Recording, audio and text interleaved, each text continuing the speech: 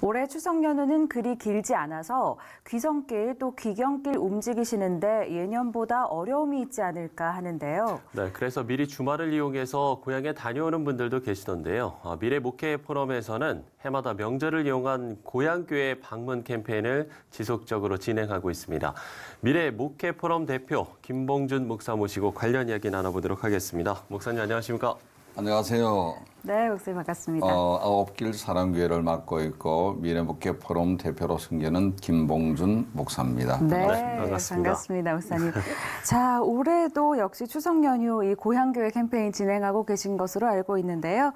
올해는 좀 어떻게 좀 진행되고 있나요? 계속 매년 하던 것이기 때문에 저희 회원들에게 공문을 보내고 또 신문 광고하면서 캠페인 준비하면서 진행은 착착 노하우 쌓인 그대로 진행하고 있으니 잘 되고 있습니다. 네, 이 캠페인에 대해서 좀 소개해 주시면 좋을 것 같은데요. 미래목회 포럼에서는 각각 여러 가지 분야에 따라서 진행 본부가 여러 개 있습니다. 그 중에 하나가 이제 고향교회를 방문하는 파트가 있는데 여기 전체 회원들과 전문위원들에게 우리가 공문을 보내서 같은 마음을 가지도록 하고 있죠. 네. 공유하고 있죠. 시골은 중요하고 또 어떻게 보면은 우리의 못자리 지역이기 때문에 상대적으로 어렵고 빈곤한 시골 지역을 우리가 신경을 써서 미래목회 포럼은 교회 정치단체는 아니고 순수히 목회하는 목사님들 모이기 때문에 교회를 위해서 우리가 도움되자 이런 입장입니다. 예, 앞서서도 이제 많은 노하우가 있다라고 말씀을 해주셨는데 이 캠페인을 시작하신 게 꽤 오래되셨죠? 2007년도부터 시작했습니다. 1년이 이제 구정과 가을 추석이 있기 때문에 그렇게 해서 지금 계속 매년 진행하고 있습니다. 예, 처음에 그러면 이 캠페인을 시작하게 된 계기가 있으실까요? 특별한 계기가 있는 것은 아니고 우리 도회지에 있는 분들이 상대적으로 열악한 환경에 있는 농촌교회를 어떻게 도울 수 있을까 고민하다 보니까 어차피 서울이나 신도시 지역에 살고 있는 사람은 시골 출신이 많고 지방 출신이 많으니까 어릴 때 우리가 다닌 교회를 한번 돌아보자 이런 마음에서 시작했었습니다. 그렇군요. 그렇다면 이제 좀 더 늘지 않았을까 싶은데 캠페인에 참여하는 교회 수는 좀 얼마나 되나요? 파악이 되고 있나요? 정확하게 지금 리서치는 안 되고 있습니다. 저희는 일방적으로 실시만 하고 있고 학술단체가 아니다 보니까 정확한 숫자까지는 파악이 안 되지만 저희 회원교회는 거의 다 하고 있는데 문제는 회원교회가 서울만 있는 것이 아니고 시골에도 있거든요. 그러니까 우리가 보내기도 하고 받는 교회도 있고 몇 년 전서부터는 대교단에 예를 들어 장로교, 통합, 합동, 침례교, 감리교 공문을 보내서 동참을 해달라고 우리가 요청을 하고 있죠. 네. 2007년부터 이제 시작을 하셨으면 이제 10년이 지난 이제 캠페인인데 좀 해를 거듭할수록 이런 점은 좀 좋아지고 있다. 이런 것들이 좀 느끼시는 분도 느끼시는 부분도 있을 것 같아요. 있는 목사님들이 굉장히 반응이 좋고 우리에게 고맙다는 표시를 우리 미래목회 포럼 홈페이지도 올려주고 계시고 또 갔다 오신 성도님들이 교회 신문이나 주보에다가 인증사진을 올립니다. 그럼 그것이 교회 전부 확산되니까 시골 가시는 분들은 나도 해야 되겠다는 생각 가지게 되고 또 가기 전에 저희들이 또 효과도 있네요. 그 시골 교회, 고향 교회 선교사증을 줍니다. 기왕이면은 그걸 주면은 이제 성도들은 가실 때 백화점에서 제일 좋은 선물 성의 있게 사가지고 쇼핑백 들고 고향교회를 방문하죠. 처음에는 영문을 원어 목사님들이 이게 웬일이냐 경계도 했지만 중심을 아니까 선물도 드리고 새벽 예배부터 공예배는 있는 동안 참여하고 헌금도 정성껏 드리고 서울의 어느 교회 집사입니다 하는 걸 알리고 나니까 고마워서 이제 해마다 기다린답니다. 그렇군요. 이게 참 명절이 되면 고향집을 방문할 때 그런 정겨운 풍경들이 있잖아요. 이게 이제는 고향교회를 방문하면서 또 나타나는 것 같다는 그런 생각이 드는데요. 그렇습니다. 뭐 아무래도 성도들도 이제는 좀 많이 명절에는 고향교회에서 좀 예배를 드려야지 이런 생각을 많이 하실 것 같은데 인식의 변화가 좀 많이 생겼는지도 궁금하고요. 또 아무래도 이런 일들이 여러 좀 협력이 좀 필요할 것 같은데요. 실제로 이제 고향교회를 성도들은 추석 때 내려갈 때 방문하고 예. 저희들은 강단교류를 합니다. 네. 제가 시골 가고 그분들이 서울에 우리 교회 와서 설교하시고 저는 이제 내려갈 때 당부를 하죠. 돈 1원도 쓰지 마십시오. 저를 위해서 사례비든 호텔비든 식사비 1원도 쓰지 마세요. 우리가 다 합니다. 그 대신 이제 우리 교회 서울에 올라오시는 분들은 최선을 다해서 별 5개짜리 호텔에 드시게 하고 네. 가을 되면은 겨울용 패딩 코트를 부부간 같이 두 벌을 준비하도록 하고 옷도 그다음 과일 뭐 온갖 엽서 네. 땡큐 카드 이런 걸 통해서 환영을 하는데 저희 교회 올 때는 미리 좀 오도록 해서 한 3, 4일 계십니다. 처음에 오실 때는 얼굴이 굳어서 너희들이 뭐 잘났다고 얼마나 잘 되나 보자 이런 굳은 얼굴인데 예배 한 번 참여하고 두 번 참여하면서 내려갔을 때는 주일 설교하고 내려갈 때는 정말 고맙다고 네. 활짝 피어서 내려가시고 또 성공적인 케이스는 가신 분들이 저희 교회 제자 사례비도 최선을 다해 드리고 개인적으로 성도들이 도네이션을 또 합니다. 네.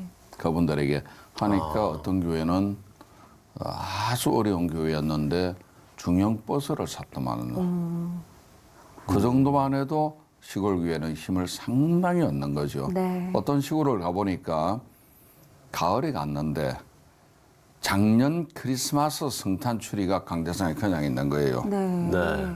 그것은 뭐냐면은 봉사자도 없고 담임 목사님도 의욕을 잃었다는 소리죠. 내버려 두고 있으니까. 그렇죠. 그걸 보고 너무 가슴 아팠는데 이런 일을 통해서 그분들이 힘을 얻었다는 소식 들으니까 참 그 마음이 즐거웠고 어떤 교회는 가니까 대부분이 70, 80 어르신들인데 청년 회장이 있다고 소개를 하는데 네. 그분 나이가 환갑이더만요. 청년 회장이신데. 그런 네. 현상입니다. 그 담임 목사님 자제분이 젊은데 네. 도회지에 일 나갔어요, 직장으로. 그러니까 시골이 그렇게 어려운 겁니다. 예, 그렇군요. 그러면 이제 이렇게 명절 이외에도 계속 이렇게 도시교회와 농촌교회 간의 어떤 네트워크가 계속적으로 좀 정기적으로 이뤄지나 봐요. MOU를 맺어가지고 해산물, 농산물을 서울에 직전해서 저희가 팔아주고 네. 뭐 이런 일을 서로 하고 있습니다. 그 다음에 그분의 자제분들이나 도회지에 올라와서 학교를 다닌다 뭐 한다 할 때는 우리는 막 알아봐주고 네. 숙소도 알아봐주고 서로의 MOU를 통해서 교류를 가지니까 그들은 심리적으로 굉장히 공감을 가지고 고마워가 있고 또 네. 저희들도 시골에 대해서 공감을 가지면서 같은 마음을 품으니까 상당히 좋은 것 같습니다. 네. 뭐 정기적인 모임 같은 것도 있습니까, 혹시? 그거는 없습니다. 그런 없지만 건 이제 저희들이 서울에서 세미나 할 때 네. 미래목표 포럼에서 설교 세미나다 뭐 4차원 영성에 대해서나 4차원 산업혁명에 대해서 어떤 세미나 하면은 그분들을 그냥 초대를 하는군요. 100% 우리가 부담해서 초대를 하죠. 그래서 그분들도 새로운 신학이나 교육이나 세미나에 대한 사주를 자꾸 접해야 되니까 소청하고 있습니다. 그런 기회를 통해서 또 많은 도전과 또 위로를 받으실 것 같은데요. 아무래도 계속해서 이제 좀 10년 넘게 농촌교회들과의 교류를 이어오셨다 보니 느끼시는 점도 많으실 것 같아요. 이 농촌교회의 어떤 목회 환경이나 여러 부분에 대해서 좀 이 부분은 좀 개선돼야겠다라고 느끼시는 부분도 있으실 거고 반대로 좀 보완돼야 할 부분 혹은 보존해야 할 부분도 있을 것 같습니다. 개선해야 될 부분은 이제 대형 교회나 큰 교회가 예. 교단적 차원에서 조금 더 적극적으로 참여해 주셨으면 하는 아쉬운 마음이 있습니다. 저희는 열심히 공문을 보내고 참여한다 하지만 아직은 미미하고 네. 그다음에 또 하나는 시골 교회는 사람이 없고 재정이 없다 보니까 리모델링 할 돈이 없습니다. 뭐 건축까지는 안 바라더라도 리모델링 하면 참 좋겠는데 이건 이제 정부 측에서 해야 될 일인데 작년부터 종교인 납세를 합니다. 세수는 얼마 안 돼요. 세수는 정부에 받는 거 한 300억도 채 안 되는 걸로 알고 있는데 네. 내년 예산이 500조지 않습니까? 예산 500조에 세수 300억 같으면은 껌값이죠. 정부에서 그것을 딴 데 쓰지 말고 농촌교회 살리는데 투입해주면은 모르긴 해도 아마 이 정부가 표를 많이 얻지 않을까 싶은 생각하는데. 반면에 그 농촌교회의 중요성에 대해서도 좀 함께 좀 말씀해 주시면 좋을 것 같은데요. 농촌교회는 지금 우리 못자리잖아요. 저는 물론 도시 출신입니다만은 그러나 많은 분들이 시골에서 서울에 올라와 생활하기 때문에 우리 도회지의 주로 큰 교회는 좀 신도시입니다. 일산, 분당, 동탄 뭐 이런 죽전 신도시인데 그분들이 다 시골에서 올라온 분들이 많거든요.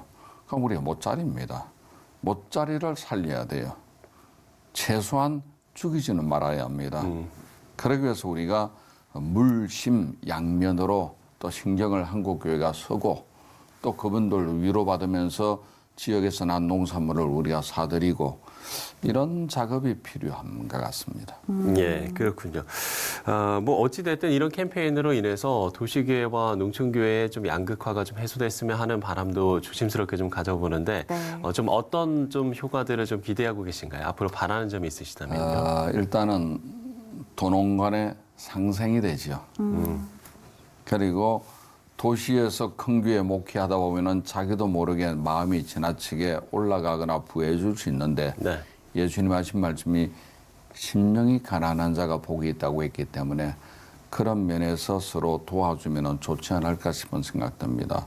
저 같은 경우도 시골교회 가면서 느낀 바가 참 많은데 제가 해야 될 시골 고생을 저분들이 하고 있지 않느냐. 동일한 마음을, 아이덴티티를 가지고 되는 거죠. 네. 그런 거는 좋은 것 같습니다. 그렇군요. 예.